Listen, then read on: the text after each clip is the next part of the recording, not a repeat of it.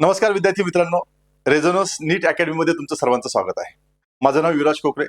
मित्रांनो, आज आपण नीट बायोलॉजी बद्दल बोलणार आहोत. त्याआधी मला तुम्हाला काही गोष्टी सांगायच्या आहेत. आता नुकतेच 10वीचे पेपर सुरू आहेत. या 10वीच्या पेपरसाठी तुम्हाला खूप खूप शुभेच्छा. जास्तीत जास्त मार्क्स घ्या, चांगलं कॉलेज मिळालं पाहिजे यासाठी तुम्हाला मार्क्स घ्यायचे आहेत.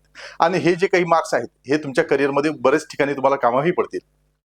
तर आज आपण स्पेशली त्या विद्यार्थ्यांसाठी बोलणार आहोत जे विद्यार्थी आता 10वी नंतर काही करिअर ऑप्शन चूज करणार आहेत. काही विद्यार्थ्यांचा आर्ट असेल, कॉमर्स असेल, काही सायन्स घेतील. सायन्समध्ये पण काही विद्यार्थी इंजिनिअरिंगला जातील, काही विद्यार्थी मेडिसिनला जातील. ज्या लोकांना मेडिसिनमध्ये जायचं आहे, डॉक्टर व्हायचं आहे, एमबीबीएस व्हायचं आहे, त्या विद्यार्थ्यांसाठी हा व्हिडिओ आहे. मोस्टली त्या विद्यार्थी ज्यांना याच्यामध्ये करिअर करायचं आहे त्यांनी हा जो काही व्हिडिओ आहे तो बघितला पाहिजे आणि सबस्क्राईब पण केला पाहिजे. कारण याच्यावर जी माहिती आहे, बरेच सारे विद्यार्थी आम्हाला फोन करतात, कॉल करतात, विचारतात की आम्हाला मराठी माध्यमामध्ये एक चांगला प्लॅटफॉर्म मिळत नाही जेणेकरून आमच्या कन्सेप्ट क्लिअर होतील आणि आमचं जे काही नीटचं करिअर आहे ते करिअर होईल. म्हणून हा जो काही प्रयत्न आहे तो प्रयत्न अशा पद्धतीचा आहे. तुम्ही याला सबस्क्राईब करून ठेवा आणि जी काही दर्जेदार माहिती मराठीमध्ये आहे, मराठी मुलांचा टक्का आपला नीट बायोलॉजीमध्ये किंवा नीटची जी काही एक्झाम आहे त्याच्यामध्ये वाढला पाहिजे यासाठी आपण प्रयत्न करणार आहोत. तर आज आपण सर्व काही जाणून घेणार आहोत ऑल अबाउट नीट बद्दल. नीटची जी इन्फॉर्मेशन आहे प्रत्येक आस्पेक्ट आपण समजून घेणार आहोत.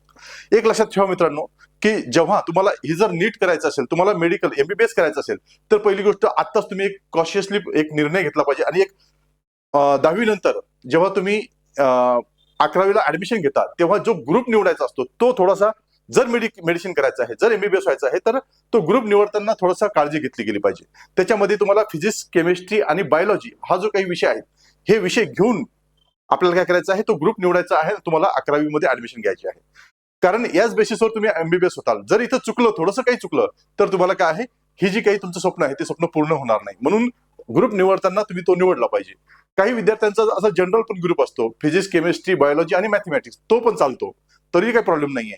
पण जर फिजिक्स, केमिस्ट्री आणि मॅथमॅटिक्स निवडला तर तुम्हाला मेडिसिन मध्ये येता येणार नाही, तुम्हाला एमबीबीएस होता येणार नाही. म्हणून आजचा व्हिडिओ ह्या सर्वांसाठी नीट संदर्भात आहे. आता आपलं जे काही चॅनल आहे ते तुम्हाला सबस्क्राईब करायचं आहे. RNA नावानं तुम्हाला वारंवार आता हे जे व्हिडिओज वगैरे दिसतील याच्या संदर्भात तुम्हाला हेच सबस्क्राईब करून ठेवायचं आहे. तुम्हाला प्रत्येकाला इथं एकच कुतूहल आहे की काय, मला डॉक्टर व्हायचं आहे.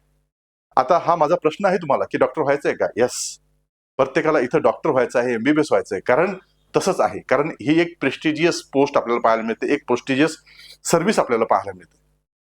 त्याचा समाजामध्ये खूप मोठं स्थान आहे त्याला. तुम्ही कोविडचा काळ बघितला असेल तर काय आहे, जग पूर्ण ठप्प होतं, एकच व्यक्ती कामावर होता, तो म्हणजे डॉक्टर. डॉक्टर शिवाय कोणीही दिसत नव्हतं आणि या व्यक्तीला एवढं मोठं स्थान आहे. जर या विश्वामध्ये असं विचारलं की देवानंतर जर जीव कोणी वाचवत असेल तर डेफिनेटली त्याचं नाव येतं, तो म्हणजे डॉक्टर. म्हणून या डॉक्टरला तुम्हाला काय करावं लागेल, तुम्हाला डॉक्टर बनायचं असेल तर ही एक प्रेस्टिजियस पोस्ट आहे आणि तुम्हाला काय करावं लागेल, यासाठी मेहनत घ्यावी लागेल, ताकदीने मेहनत घ्यावी लागेल. म्हणून तुम्हाला काय डॉक्टर व्हायचं आहे ना, तर डेफिनेटली प्रत्येकाचं एक स्वप्नच असलं पाहिजे की मला हा जो काही युनिफॉर्म आहे, हा युनिफॉर्म मला परिधान करायचा आहे.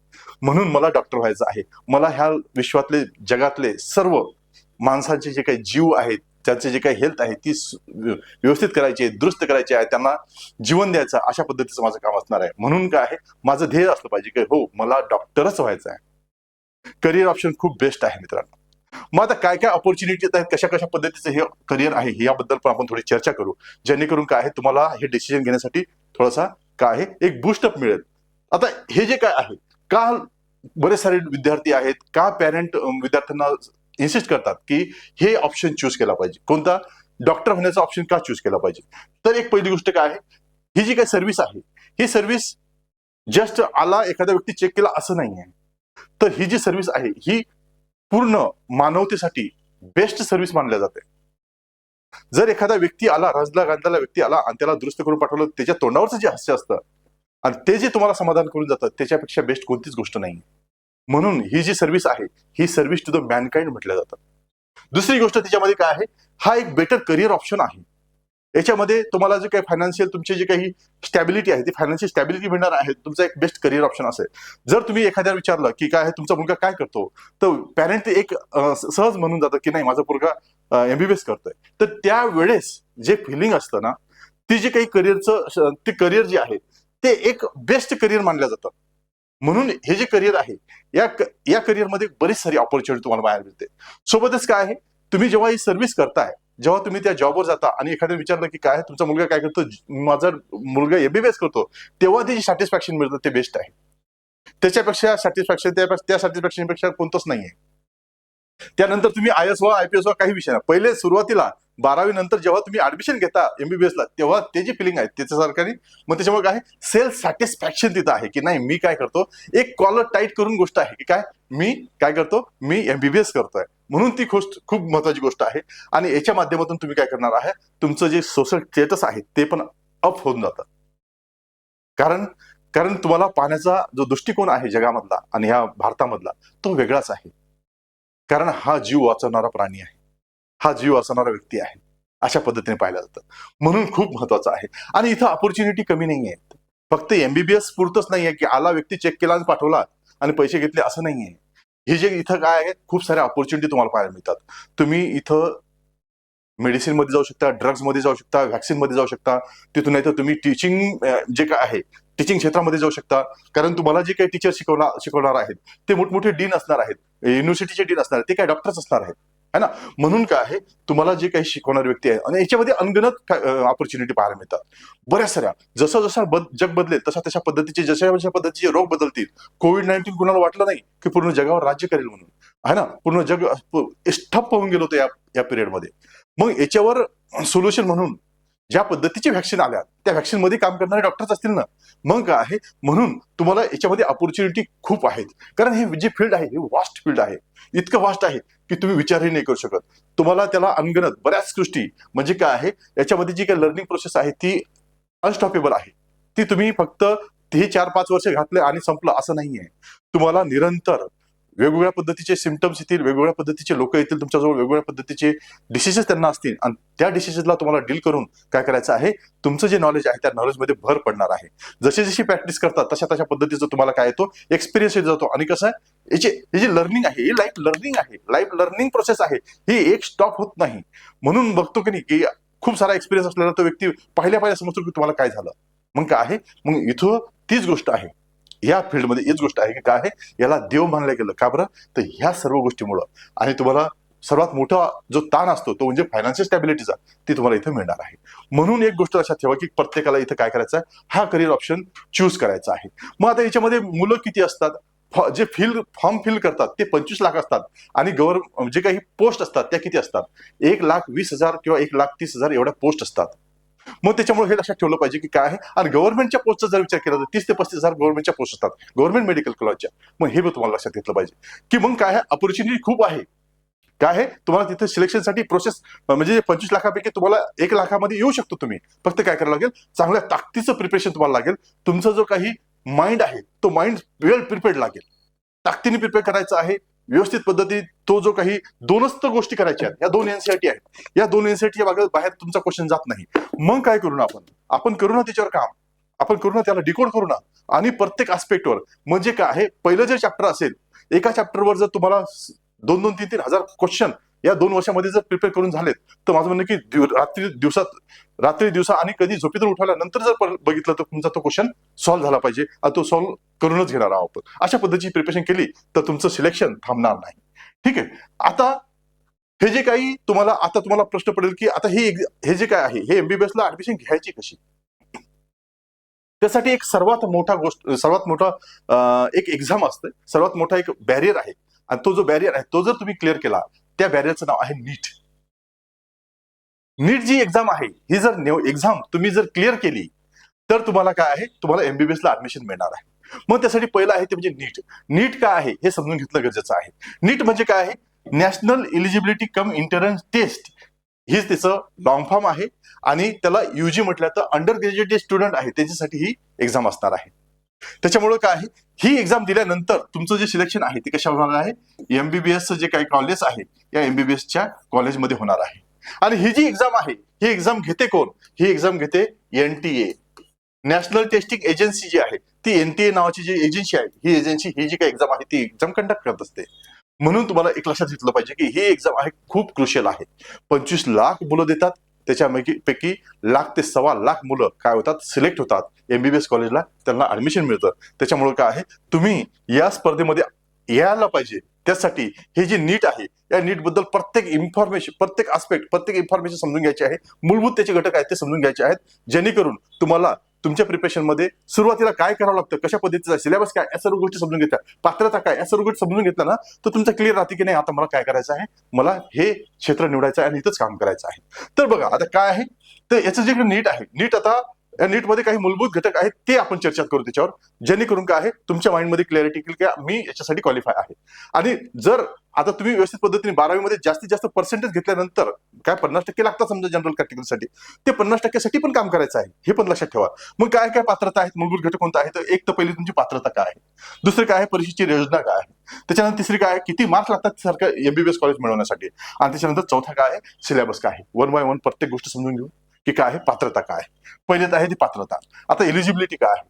आता ही जी नीट एक्झाम आहे, ही नीट म्हणतो मी, ही जी नीटची एक्झाम आहे, ही नीटची एक्झाम देण्यासाठी तुम्हाला काय करावं लागेल, तुम्हाला तर पहिली गोष्ट 12वी जे मध्ये आहे, 12वी मध्ये तुम्हाला सब्जेक्ट व्यवस्थित पद्धतीने जे आता 11 मध्ये तुम्ही निवडणार आहात, जे सब्जेक्ट असले पाहिजे. नीट एक्झामसाठी सब्जेक्ट कोणते असतात, तर तिथं असतात फिजिक्स, केमिस्ट्री आणि बायोलॉजी. जर असेल तरच तुम्ही काय करू शकता, ही नीटची एक्झाम देऊ शकता, नाहीतर नाही. जर इथून बायोलॉजी कट झाला तर तुम्ही ती एक्झाम देऊ शकत नाही. त्याच्यामुळे आत्ताच निवडताना 11वी मध्ये जाताना तुम्ही काय केलं पाहिजे, हा जो बायोलॉजी आहे तो बायोलॉजी तिथं असला पाहिजे. म्हणून PCB ग्रुप जो आहे तो खूप महत्वाचा रोल परफॉर्म करतो, म्हणून PCB ग्रुपच निवडायचा आहे. दुसरं काय आहे, जेव्हा तुम्ही 12वीची एक्झाम देणार आणि 12वीच्या मध्ये तुम्हाला कमीत कमी जनरल कॅटेगरीसाठी तुम्हाला 50% मार्क्स पाहिजे. कशामध्ये, बोर्डाच्या एक्झाम मध्ये 50% मार्क्स पाहिजे मित्रांनो. बोर्डाच्या एक्झाम मध्ये जर 50% मार्क असतील तर जनरल कॅटेगरीची मुलं हे जे काही नीटची एक्झाम आहे ती देऊ शकतील. जर रिझर्व्ह कॅटेगरीमध्ये असाल तुम्ही तर तुम्हाला किती टक्के पाहिजे, 40+ टक्के पाहिजे. जर 40% असतील तरच तुम्ही ही नीटची एक्झाम देऊ शकता. अदरवाईज तुम्ही जर 39 असतील, 35 असतील तर तुम्ही ती एक्झाम देऊ शकत नाही. म्हणून हे गोष्टी तुम्हाला लक्षात ठेवलं पाहिजे. आणि नंतर आहे ते म्हणजे काय, वय किती आहे, 17 वर्ष लागतात. 17 वर्ष ऑटोमॅटिकली तुमची कम्प्लीटही होतात, पण तरी पण मिनिमम क्रायटेरिया किती आहे की 17 वर्ष झालेले असतात. 17 वर्षानंतर तुम्ही 70 वर्षाचे असला तरी चालेल, तरी पण तुम्ही एक्झाम देऊ शकता ही, त्याच्यामुळे काही बॅरियर नाहीये. पण ह्या 3-4 गोष्टी लक्षात ठेवा. एक काय आहे एलिजिबिलिटी, 12वी मध्ये तुमचा हा ग्रुप पाहिजे, कोणता, PCB नावाचा ग्रुप पाहिजे. त्याच्यानंतर काय, किमान पर्सेंटेज जे आहे बोर्डाच्या एक्झाम मध्ये ते किती पाहिजे, 50 पाहिजे जनरल कॅटेगरीसाठी आणि 40 पाहिजे रिझर्व्ह कॅटेगरीसाठी.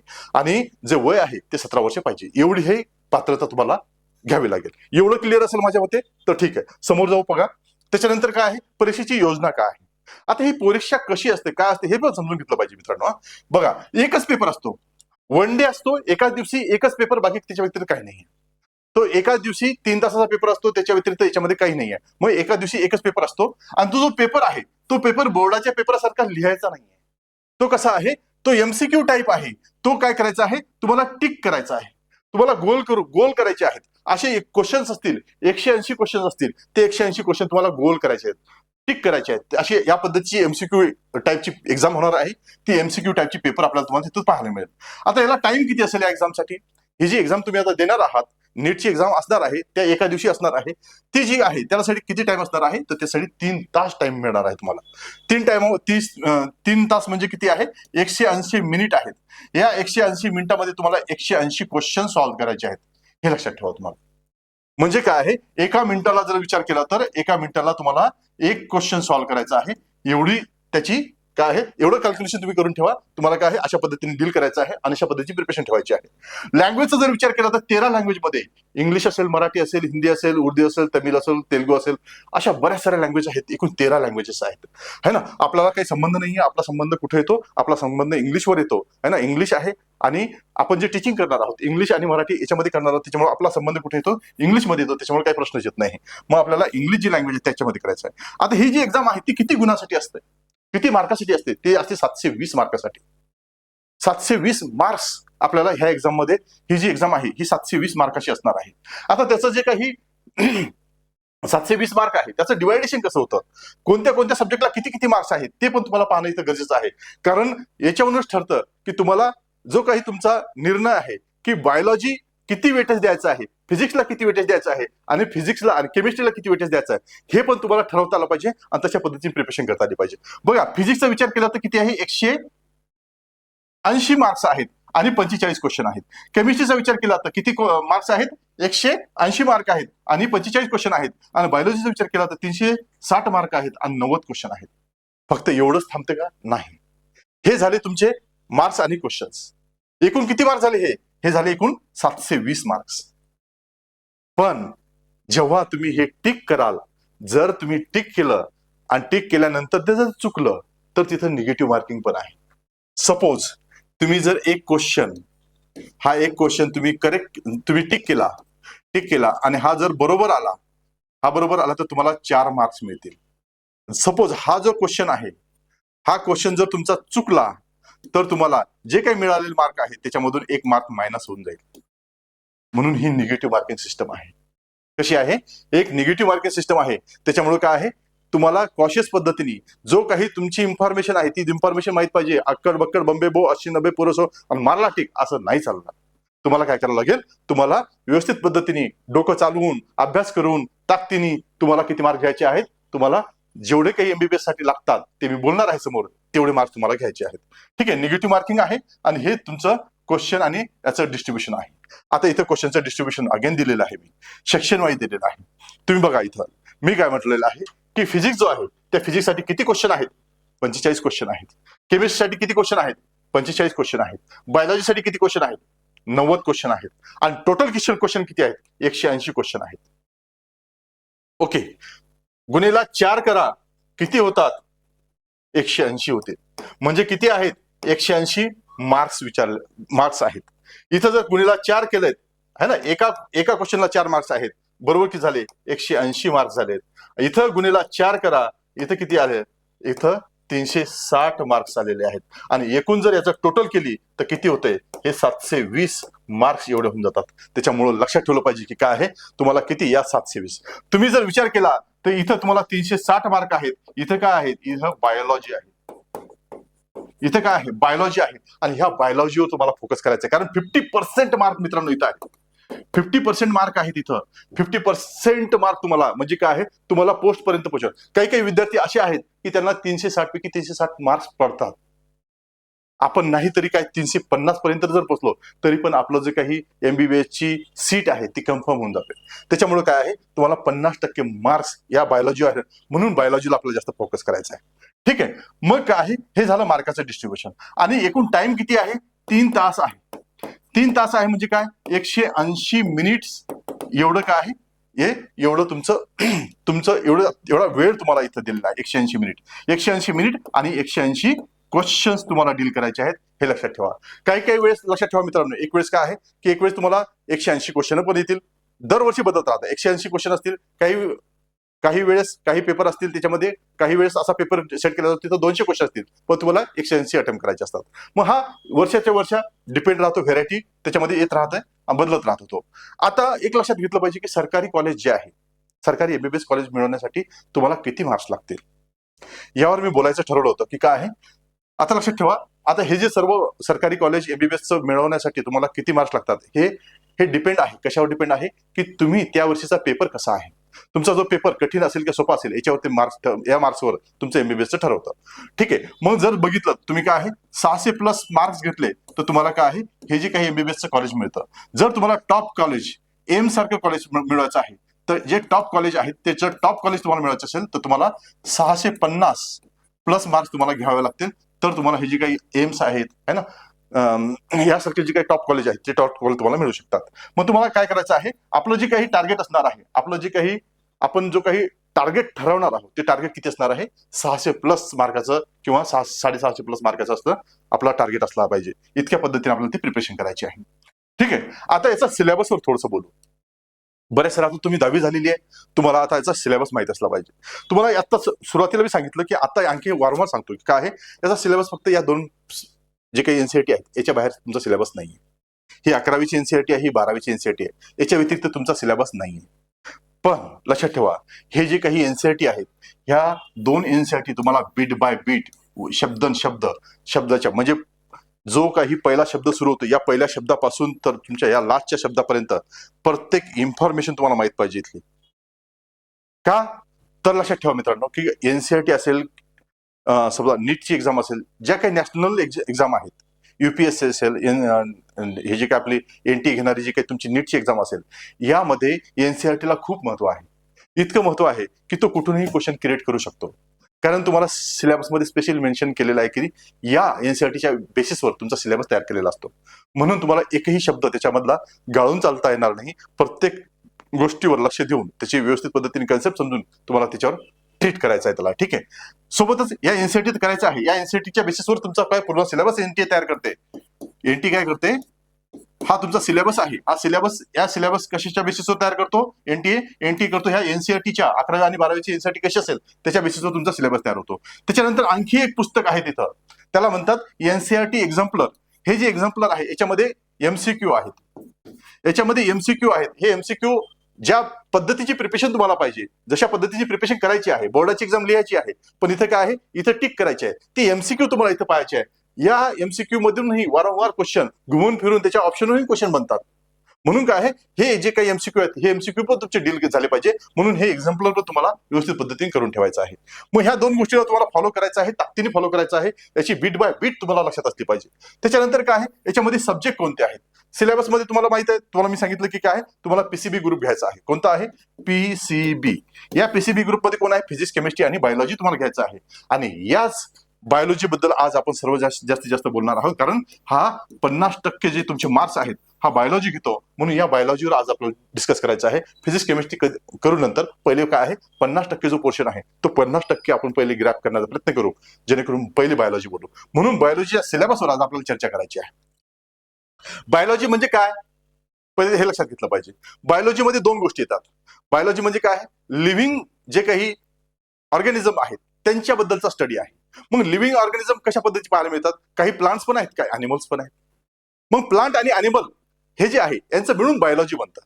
मग बायोलॉजीमध्ये जे प्लांटचा स्टडी करतो त्याला काय म्हणतो आपण, त्याला बॉटनी म्हणतो. जे काय अॅनिमलचा स्टडी करतो त्याला काय म्हणतो आपण, झुलॉजी म्हणतो. म्हणून बॉटनी आणि झुलॉजी हे दोन्ही एकत्र आपल्याला या सिलेबसमध्ये पाहायला मिळतात. म्हणून बायोलॉजीमध्ये काय, बॉटनी आणि झुलॉजी. 11वी मध्ये तुम्हाला 5 युनिट आहेत. त्या 5 युनिटमध्ये तुम्हाला बॉटनी आणि झुलॉजीचा पोर्शन पाहायला मिळतो. मग बघा, पहिलं चॅप्टर आहे काय, डायव्हर्सिटी इन लिव्हिंग वर्ल्ड. दुसरं चॅप्टर आहे structural organisation plant and animal, आलं अगेन. त्याच्यानंतर काय आहे, third unit cell structure and function. त्याच्यानंतर चौथं युनिट काय आहे, प्लांट फिजिओलॉजी. आणि 5वं युनिट काय आहे, ह्युमन फिजिओलॉजी. आता हे जे काय आहे, आपण मी तुम्हाला काय सांगतोय की हा जो सिलेबस आहे या सिलेबसचा ओव्हरव्ह्यू देतो की काय आहे, तुम्हाला नेमकं करायचं काय आहे, तुम्हाला कुठपर्यंत पोहोचायचं आहे आणि काय अभ्यासायचं आहे, याबद्दल आज आपण चर्चा करतो. आपल्याला डिटेलमध्ये पण त्याला अभ्यासायचं आहे. प्रत्येक diversity in living life world जे आहे याला आपल्याला डिकोड करायचा. पहिले सिलेबस डिकोड करायचा, त्याच्यानंतर पूर्ण चॅप्टर पण डिकोड करायचा आहे. आणि हे जे चॅप्टर आहे याचे आपले लेक्चर्स पण होणार आहेत, याचे एमसीक्यू पण होणार आहेत, प्रत्येक गोष्ट होणार आहे. पण सध्या काय आहे, सुपरफिशियल पद्धतीने, आता तुम्ही 10वी झालेला आहेत तर तुम्हाला काय पाहिजे की सिलेबसमध्ये काय काय असेल हे तुम्हाला कुठेतरी 10वीच्या एखाद्या चॅप्टरमध्ये कुठेतरी तुम्हाला हा एक पॉईंट आला पण असेल. मग काय आहे, दुसरं युनिट, तिसरं युनिट, चौथं युनिट, 5वं युनिट. ह्या 5 युनिटमध्ये हा तुमचा 11वीची जी एनसीईआरटी आहे, ही जी एनसीईआरटी आहे ही एनसीईआरटीच्या मध्ये हे 5 टॉपिक तुम्हाला पाहायला मिळतात. आणि आता हा सिलेबस आहे, हा जो सिलेबस आहे हा सिलेबसच मी इथं उतरवलेला आहे. हा जो एक पहिलं युनिट, दुसरं युनिट, तिसरं युनिट आणि हे चौथं आणि हे 5 युनिट, हे 5 युनिट मी इथे उतरवलेले आहेत. त्याच्यामुळे तुम्ही लक्षात घेतलं पाहिजे की या 5 युनिट म्हणजे 239 पेजेसचं हे जे काही एनसीईआरटी आहे, एनसीईआरटी ही एनसीईआरटी आहे, किती आहे, 239 पेजेसची आहे. हे 239 पेजेस तुम्हाला पाठ करायचे आहेत, कारण तुम्हाला टॉपचं एमबीबीएस कॉलेज घ्यायचं आहे. म्हणून हे 5 युनिट खूप महत्वाचे आहेत. या 5 युनिटला तुम्हाला डील करायचं आहे. त्याच्यानंतर हे झाले 11वीचे 5 युनिट. त्याच्यानंतर आहे 12वीची आणखी 5 युनिट आहेत. आता तुम्ही लक्षात घेतलं पाहिजे मित्रांनो की काय आहे, 1 2 3 4 5 दिलेलं आहे. इथं पण असं दिलं पाहिजे, 1 2 3 4 5 नाही दिलं, त्यांनी काय केलेलं आहे त्यालाच कंटिन्यू केलेलं आहे. म्हणजे काय आहे, ते एनटीएला सोपं पडलं पाहिजे. आणि हे जे काय आहे हे एकच पुस्तक आहेत असं त्यांनी गृहीत केलेलं, पकडलेलं आहे. म्हणून काय आहे, हा युनिट नंबर 6 रिप्रोडक्शन संदर्भात आहे, unit number 7 genetics and evolution संदर्भात आहे, unit number 8 biology in human welfare आहे, आणि युनिट नंबर 9 बायोटेक्नॉलॉजी आहे, युनिट नंबर 10 इकोलॉजी आणि एन्व्हायरमेंट संदर्भात आहे.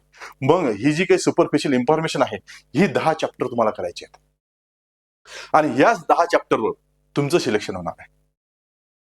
तुम्हाला बेस्ट जे काही MBBS कॉलेज आहे, मेडिकल कॉलेज आहे ते मिळणार आहे. त्याच्यासाठी काय आहे, तुमची जर सीट कन्फर्म करायची तर हे 10 चॅप्टर डोक्यामध्ये फिट करून घ्या. डोक्यामध्ये एकदम एकदम ताकदीने जमवून घ्या की नाही, आता मला याला ताकदीने काम करायचं आहे आणि याला फोडायचं आहे. आणि मला काय करायचं आहे, मला हे जी काही सीट आहे, MBBS ची सीट आहे ती कन्फर्म करायची आहे. या 10 चॅप्टरच्या माध्यमातून ती होऊन जाईल. आणि ते करण्यासाठी आम्ही तुम्हाला ताकदीने मदत करणार आहोत. मराठीमध्ये हे जे चॅनल असणार आहे, बरेच सारे प्लॅटफॉर्म हिंदीमध्ये आणि त्या इंग्लिशमध्ये, आणि ते पण एका रटाळ ह्याच्यामध्ये शिकवतात. पण नाही, मी तुम्हाला सर्व गोष्टी सोप्या करून, एकदम सोप्या करून सांगणार आहे. आणि त्या कशा सांगणार आहे ते पण तुम्हाला सांगतो. लक्षात घ्या. आता हा जो काही नीट आहे, या नीटची तयारी कशी करायची यावर आज आपल्याला पहिले बोलायचं आहे की नीटची तयारी आपण कशी केली पाहिजे. आता त्यासाठी माझा जो प्लॅन आहे, माझं प्लॅन काय आहे ते एक लक्षात घेतलं पाहिजे की हा जो काही कोर्स आहे, आम्ही जो काही लॉन्च केलेला कोर्स आहे तो कशा पद्धतीने तुम्हाला मदत करेल यावर आज आपल्याला बोलायचं आहे. कारण तुम्ही जर व्यवस्थित पद्धतीने या माझ्या प्लॅनला फॉलो केलं तर तुम्हाला जी काही सीट आहे, तुमची सीट कन्फर्म करण्याचं काम माझं आहे, है ना. हे जे काही 360 प्लस 360 मार्क्स आहेत, 720 मार्क्स आहेत, या 720 पैकी तुम्हाला 600 प्लस मार्क्स आणून देण्याचं काम आपल्या आरएनएचं असेल. आपल्या आरएनएचं 600 प्लस मार्क्स आणण्याचं काम आपल्या आरएनएचं असेल. इतक्या ताकदीने आम्ही तुम्हाला हे करून घेणार आहोत. पहिले लक्षात ठेवलं पाहिजे की हा जो प्लॅन असणार आहे, या प्लॅन मध्ये काय करणार आहोत, एक तर बेसिक टू ऍडव्हान्स तुमचं कव्हर करणार आहोत. आता बेसिक साठी काय आपल्या जो 2 NCERT आहेत, या 2 NCERT बेसिक मध्ये याचं काय आहे, याचा शब्द डिकोड करणार आहोत. दुसरं काय आहे, ऍडव्हान्स करायचं आहे. थोडंसं ऍडव्हान्स पण तो विचारतो. ऍडव्हान्स साठी आपला जो ऍडव्हान्स पुस्तकं आहेत, हे वायली प्रकाशांचं नीटचं, झुलॉजीचं आणि बॉटनीचं पुस्तक आहे, ते बॉटनीचं पुस्तक पण आपल्याला इथं करायचं आहे. मग काय आहे, बेसिक टू ऍडव्हान्स कव्हरेज पण आपल्याला कव्हर करायचं आहे. मग काय आहे, हे जर बेसिक केल्यानंतर आहे ना, बेसिक केल्यानंतर तुम्हाला ऍडव्हान्स पर्यंत पोहोचवल्यानंतर काय आहे, हे जे बेसिक आणि ऍडव्हान्स पर्यंत पोहोचवताना तुमच्या कन्सेप्ट क्लिअरिटीवर जास्तीत जास्त आमचा भर असणार आहे.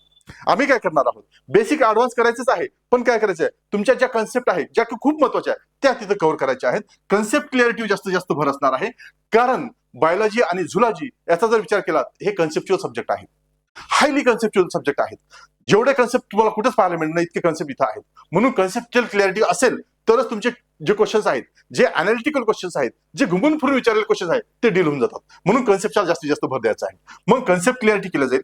कन्सेप्ट क्लिअर करताना तुम्ही एक लक्षात घेतलं पाहिजे की तुम्हाला काय आहे, कन्सेप्ट केव्हा क्लिअर होतील, जेव्हा त्याच्या ताकदीच्या नोट्स तुमच्या बनतील आणि त्या बनवण्याचं काम आमचं असेल. म्हणून हाय ज्या काही नोट्स आहेत त्या हाय क्वालिटी असणार आहेत. हाय क्वालिटीच्या नोट्स तयार केल्यानंतर तुमच्या ज्या कन्सेप्ट आहेत, त्या कन्सेप्ट त्याच्यामध्ये जोडून व्यवस्थित पद्धतीने तुम्हाला रिमाइंड झाल्या पाहिजे की नाही, या पद्धतीने असं आहे, ही गोष्ट अशी घडते. म्हणून तुम्हाला काय केलं पाहिजे, हाय क्वालिटीचं नोट्स तुम्हाला तिथं प्रोव्हाइड करणार आहेत. हाय क्वालिटीचे टेक्स्ट बुक आम्ही तुम्हाला देणार आहोत. त्याच्यानंतर हे जे काही हाय क्वालिटीच्या नोट्स आहेत, ह्या का देणार आहोत आम्ही तुम्हाला, तुमचा टाइम वाचला पाहिजे. तुमचा टाइम का वाचला पाहिजे, कारण स्पून फिडिंग कार्यक्रम आहे. तुम्ही अननेसेसरी गोष्टी काम करू नका ना. तुम्ही नोट्स बनवत बसू नका. तुम्ही काय करा, त्याला वाचा तुम्ही आणि प्रॅक्टिस करा. सपोज एक्झाम आहे तिरंदाजीची आहे. तुम्ही काय करताय, 10 तास तीर घासताय आणि 2च तास अभ्यास करताय, 2च तास तिरंदाजीच्या निशाणा लावताय. तुम्ही पास होसाल का? सपोज एक्झाम्पल, आणखी एक्झाम क्लिअर करून एक्झाम्पल सांगतो की 2 विद्यार्थी आहेत. सपोज 2 विद्यार्थ्यामध्ये, विद्यार्थी कशाचे आहेत, तिरंदाजीची एक्झाम आहे, त्याच्यामध्ये 2 विद्यार्थी आहेत. 2 विद्यार्थ्यांनी पार्टिसिपेट केलं. 2 विद्यार्थी रोज काम करतात, रोज 12 तास अभ्यास करतात. त्याचा 12 तासामध्ये हा जो पहिला विद्यार्थी आहे, ए जो विद्यार्थी आहे, हा विद्यार्थी काय करतो, हा 12 तास काय करतो, 12 तास प्रॅक्टिस करतो. 12 तासामध्ये तो काय करतो, 8 तास जो आहे, 8 तास काय करतो, बाण घासतो, शार्प करतो, इतका शार्प करतो की निशाणा लागलाच पाहिजे. 8 तास शार्प करतो आणि 4 तास काय करतो, तो 4 तास निशाणा साधतो. 8 तास घासतो, 4 तास मागतो. दुसरा जो बी विद्यार्थी आहे, जो बी आहे, हा बी काय करतो, हा 8 तास निशाणा लावतो, है ना, निशाणा लावतो आणि 4 तास तो जो काही बाण आहे तो बाण घासतो. तर मग मला सांगा, यापैकी कोण सिलेक्ट होईल? सिलेक्ट डेफिनेटली हाच होईल. कारण काय केलेलं आहे, एक्झाम कशाची आहे, एक्झाम तिरंदाजी, तो निशाणा साधण्याची आहे. म्हणून तुम्ही काय केलं पाहिजे, तुम्ही नोट्स वगैरे ह्या गोष्टीमध्ये, या फंद्यामध्ये पडू नका. तुम्ही काय केलं पाहिजे, तुम्ही निशाणा लावण्यासाठी प्रिपेअर केलं पाहिजे. तुम्ही ऑब्जेक्टिव्ह क्वेश्चन सॉल्व्ह केले पाहिजे. तुम्ही वारंवार टेस्ट सॉल्व्ह केला पाहिजे. तुम्ही एखादा टॉपिक संपला की त्याच्यावर मल्टिपल चॉईस MCQ जे आहेत, PYQ जे आहेत, ते सॉल्व्ह केले पाहिजे. इतके सॉल्व्ह केले पाहिजे की त्याची लिमिट नाही. म्हणजे या नीटच्या प्रिपरेशन मध्ये तुम्ही एकमेव माणूस असला पाहिजे की त्याने सर्वात जास्त पीवायक्यू आणि एमसीक्यू सॉल्व्ह केलेले असले पाहिजे. म्हणून तुम्हाला काय केलं पाहिजे, हे जे काही रेडीमेड सोल्युशन आहे हे तुमचं टाइम सेव्ह करण्यासाठी असणार आहे. म्हणून आम्ही नोट्स आहेत, पीवायक्यू आहेत, या सर्व गोष्टी तुम्हाला प्रोव्हाइड करणार आहोत. कारण तुमचं त्याच्यापासून काय जे काही अननेसेसरी काम आहे ते काम थांबलं पाहिजे, म्हणून आपण इथं काम केलेलं आहे की काय तुम्हाला हाय क्वालिटीच्या नोट्स, हाय क्वालिटीचं मटेरियल हे प्रोव्हाइड केलं जाणार आहे. आणि यामुळे काय होणार आहे, तुमची जी काही एफर्ट आहेत तुमचे स्ट्रीमलाईन होत जाणार आहेत, एका दिशेने एका मार्गाने चालणार आहेत. तुम्ही भरकटण्याची गरज नाही, हे तिकडे तिकडे पाहण्याची गरज नाही. हेच प्रॅक्टिस केल्यानंतरच येणार आहेत हे फिक्स होऊन जातं. त्याच्यानंतर काय करायचं आहे, त्याच्यामध्ये तुम्हाला सांगितलं की हे जे 2 सब्जेक्ट आहेत हे काय आहेत, हायली कन्सेप्च्युअल आहेत. बॉटनी असेल, झुलॉजी पण असेल, हायली कन्सेप्च्युअल सब्जेक्ट आहेत. त्याच्यामुळं याच्यामध्ये ज्या काही एक्झाम्स, याच्यामध्ये जे काही डायग्राम्स आहेत, याच्यामध्ये जे काही एक्झाम्पल्स आहेत, हे खूप खूप एक्झाम्पल आपल्याला खूप डायग्राम त्यामध्ये आहेत. आणि ह्या ज्या डायग्राम्स आहेत, एक जे काही एक्झाम्पल आहे याच्यावर डायरेक्ट क्वेश्चन तुम्हाला विचारतो. मग काय केलं पाहिजे, हे जे काही इलिस्ट्रेटेड केलेल्या गोष्टी आहेत, हे जे काही तुम्हाला दाखवण्यासाठी डायग्राम्स एक्झाम्पल दिलेले आहेत, हे एवढ्या ताकदीने करायचे आहेत. आणि आम्ही पण एआयच्या मदतीने याच्या समजा जे काही बेस्ट बुक्स आहेत त्याच्या माध्यमातून ह्या ज्या काही डायग्राम आहेत या इतक्या ताकदीने तुमच्यापर्यंत पोहोचू आणि एवढ्या वेळेस त्या प्रॅक्टिस करून घेऊ की तुम्हाला काय आहे, तिथून आलेला क्वेश्चन हा 100% डील झाला पाहिजे, अशा पद्धतीने तुमची प्रिपरेशन तिथून करून घेणार आहोत. आणि त्याच्यानंतर हे जे काही तुमचं स्टडी मटेरियल आहे, हे स्टडी मटेरियल तुमचं कसं असणार आहे, ऑथेंटिक आणि अपडेटेड आणि रिपोर्टेड सोर्सेस मधून बनवलेलं असणार आहे. ऑथेंटिक असणं खूप गरजेचं आहे. ऑथेंटिक काय आहे आपल्याजवळ, आयोगाने काय दिलेलं आहे, गव्हर्नमेंट ऑफ इंडियाचं काय आहेत, हे ऑथेंटिक बुक्स आहेत. ह्या ऑथेंटिक बुक्सचा जास्तीत जास्त यूज करून आणि काय आहे, रिपोर्टेड जे सोर्सेस आहेत अशा पद्धतीची जे काही बरेच सारे जे काही एनटीए सारखा आयोग आहेत ते पण यूज करतात. त्याच्यामुळे काय आहे, तुम्हाला आपल्याला जे काही रिपोर्टेड सोर्सेस आहेत त्याच्या माध्यमातून हे सर्व गोष्टी बनवायच्या आहेत. ठीक आहे. मग त्याच्यानंतर हा जो काही तुमचा प्लान आहे, हा प्लान कशा पद्धतीचा आहे ना, हा जो कोर्सचा प्लान आहे हा कसा वर्कआउट करायचा. सुरुवातीला जेव्हा हा कोर्स सुरू होईल तेव्हा तुम्हाला काय व्हिडिओ लेक्चर्स असतील, क्लास लेक्चर्स असतील. क्लासच्या लेक्चर्स मध्ये तुम्हाला बसायचं आहे, त्याच्या पद्धतीने तुम्हाला प्रिपरेशन करायची आहे. ही तुमची प्रिपरेशनची पहिली फेज असणार आहे. याच्यामध्ये पहिले क्लास लेक्चर्स होतील आणि त्याच्यानंतर तुमचं मटेरियल जे आहे या मटेरियलवर आणि क्लास लेक्चरवर जे व्हिडिओ लेक्चर्स असतील, क्लास लेक्चर्स असतील, याच्यावर पहिले काम होणार आहे आणि ही पहिली फेज आहे. आता एक लेक्चर करताना जर तुम्ही ऑनलाईन असाल तर 2 तास बसला तर तुम्ही काय केलं पाहिजे, एक व्हिडिओ कमीत कमी 4 तास लागला पाहिजे तुम्हाला. कारण तुम्हाला कन्सेप्ट पाहिली की लिहून काढली, कन्सेप्ट बघितली की लिहिली, प्रत्येक गोष्ट नोट डाऊन करायची आहे. म्हणजे एक जो लेक्चर आहे, व्हिडिओ लेक्चर जर 2 तासाच असेल तर तुम्हाला कमीत कमी त्याला डील करताना 4 ते 5 तास लागले पाहिजे. इतक्या ताकदीने आणि व्यवस्थित पद्धतीने ते डील करता आलं पाहिजे. मग पहिले लेक्चर्स आहेत आणि त्याच्यानंतर ते जे काही स्टडी मटेरियल देणार आहोत त्याच्यावर पण तुम्हाला काम करायचं आहे. स्टडी मटेरियल आहे त्याच्यावर पण लेक्चर पाहताना तुम्हाला काहीतरी गोष्टी ते हे करायच्या आहेत आणि ते सुटसुटीत असलं पाहिजे, व्यवस्थित पद्धतीने रिकॉल झालं पाहिजे, अशा पद्धतीचं असलं पाहिजे. मग ही तुमची लर्निंगची फेज 1 आहे. पहिल्या फेजमध्ये तुम्हाला काहीच करायचं काहीच नाही, फक्त लेक्चर्स करायचे आहेत आणि त्याच्यानंतर जे स्टडी मटेरियल आहे ते स्टडी मटेरियल वारंवार लेक्चर झाल्यानंतर रिवाइज करायचं आहे, त्याला अपडेट करत राहायचं आहे ह्याच पद्धतीने. त्याच्यानंतर लर्निंग फेज 2 आहे. या लर्निंग फेजमध्ये तुम्हाला काय करायचं आहे, हे लर्निंग रिसोर्सेस जे आहेत त्याच्यामध्ये काय पहिलं आहे ते म्हणजे टेस्ट पेपर. टेस्टवर खूप जास्त भर असतो. मी तुम्हाला एक्झाम्पल सांगितलं तिरंदाजीचं की जो सर्वात जास्त एमसीक्यू सॉल्व्ह करेल त्याच सिलेक्शन होईल. एक्झाम एमसीक्यूची आहे, एक्झाम लिहिण्याची नाही आहे. मग त्याच्यामुळे नोट्स वगैरे काढण्यात जास्त टाइम वेस्ट करू नका किंवा पुस्तक वाचण्यात जास्त टाइम वेस्ट करू नका. पहिलेच तर ती कन्सेप्ट समजून घ्या आणि त्याचं इम्प्लिमेंटेशन करा. इम्प्लिमेंटेशन कसं, एमसीक्यू सॉल्व्ह करा. मग एमसीक्यू सॉल्व्ह करायचं काय करावं लागेल, तुम्हाला टेस्ट पेपर सॉल्व्ह करायला लागतील. मग टेस्ट पेपर पाहिजे तेवढेच टेस्ट पेपर सॉल्व्ह करा आणि त्याच्यानंतर आयोगाची जी काही एनटीए आयोग आहे त्याचं जे काही पेपर्स आहेत, पीवायक्यू आहेत, ते पीवायक्यू तुम्ही सॉल्व्ह करायचे आहे ना. मग हे या पद्धतीने ही तुमची जी प्रिपरेशन आहे, प्रिपरेशन अशा पद्धतीची पूर्ण कव्हर करायची आहे आणि हे आपल्या आरएनए मध्ये ताकदीने करून घेतलं जाईल. ताकदीने म्हणजे काय आहे, तुमचं जे सिलेक्शन आहे ते सिलेक्शन 600+ मार्क घेण्याचं सिलेक्शन करून देण्याचं काम आमचं असेल. त्याच्यामुळं तुम्हाला इथं जोडायचं आहे. हा एक ट्रस्टेड प्लॅटफॉर्म आहे. कोटा वगैरे सर्व विसरून जाता. आता सर्व जे काय असणार आहे ते सिलेक्शनचं जे काय असणार, महाराष्ट्रामध्ये सिलेक्शनचं जे काही आता वारं उठणार आहे ते फक्त आपलं आरएनए मधून उठणार आहे, हे तुम्हाला आत्ता सांगतो. सर्वात जास्त फ्युचर आता याच्यानंतर जे काही डॉक्टर्स असणार आहेत, हे डॉक्टर आपल्या फक्त आता आरएनए मधून असणार आहे, हे तुम्हाला आत्ता सांगतो. त्याच्यामुळे काय आहे, हे सर्व तुम्ही जॉईन करून घ्या. हे आपले ऑनलाईन प्लॅटफॉर्म्स आहेत. टेलिग्राम आहे, तुम्ही रेझोनन्स नीट अकॅडमी टाकली तर तुम्हाला टेलिग्राम मिळेल. रेझोनन्स नीट अकॅडमी टाकलं तर तुम्हाला इंस्टाग्राम मिळेल, फेसबुक मिळेल आणि युट्यूब मिळेल. आता तुम्ही व्हिडिओ पाहताच युट्यूबवर, त्याच्यामुळे काय याला सबस्क्राईब करून ठेवा आणि बऱ्याच साऱ्या मित्रांना तुम्हाला पाठवून ठेवा. त्याच्यामुळे काय आहे, तुम्हाला इथं काम करायचं आहे. तुम्हाला इथे यायचं आहे. तुमचं सिलेक्शन जर करायचं असेल तर तुम्हाला इथं आलं पाहिजे. ठीक आहे.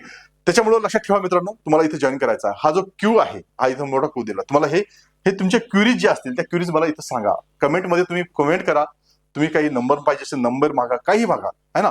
तुम्हाला जे काही तुम्हाला मदत लागणार आहे ती सर्व मदत तुम्हाला RNA करणार आहे. आपली जी अकॅडमी आहे ही डेडिकेटेड आहे डॉक्टरसाठी. हे जे प्रिफिक्स आहे हे प्रिफिक्स तुमच्या नावासमोर लागलं पाहिजे. तुम्हाला कुणी काही म्हणेल, तुम्हाला मिस्टर म्हणतील, दादा म्हणतील, कुणी काही म्हणेल, पण हे जे काही प्रिफिक्स आहे हे प्रिफिक्स असं तसं लागत नाही. जेव्हा तुम्ही ही नीटची एक्झाम क्लिअर करता तेव्हाच तुम्हाला हे लागतं, अदरवाईज तुम्हाला लागत नाही.